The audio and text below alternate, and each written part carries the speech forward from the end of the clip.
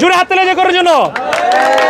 আলহামদুলিল্লাহ, আলহামদুলিল্লাহ। দর্শক বন্ধুরা, ভোর রাতে কিন্তু আরো দুটি গরু বিক্রি হয়ে গেল। এই দুটি গরু কত টাকা বিক্রি হলো আপনাদেরকে একটু জানার চেষ্টা করব। কেমন আছো? আলহামদুলিল্লাহ। কি নাম তোমার? মোহাম্মদ পাবেল, আচ্ছা, কোথা থেকে আসছো গরু কিনতে? রানীগঞ্জ। কে কে আসছো?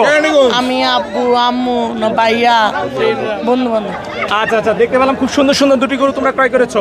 এই গরু দুটো পছন্দ করেছে কে? আমার আব্বু। তোমার আব্বু পছন্দ করেছে? আব্বুর সাথে আসছো, তুমি পছন্দ করো নাই? হ্যাঁ। তোমারও পছন্দ হয়েছে? হ্যাঁ। আচ্ছা, গরু দরদাম করছে কে? আব্বু। আচ্ছা আচ্ছা, গরু দুটোর দাম চাইছিল কত? 6 লাখ।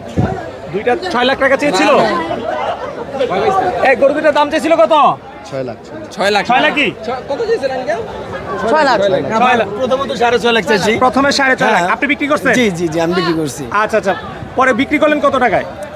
এখন আসলে আমার আশা ছিল 650 বিক্রি করা, কিন্তু আমার আপু এবং ওই ভাইয়াটা অনেক পছন্দ করছে। আমারও মনে হইলো যে আমার শেষমেশ আমি 17টা গরু বিক্রি করছি আজকে।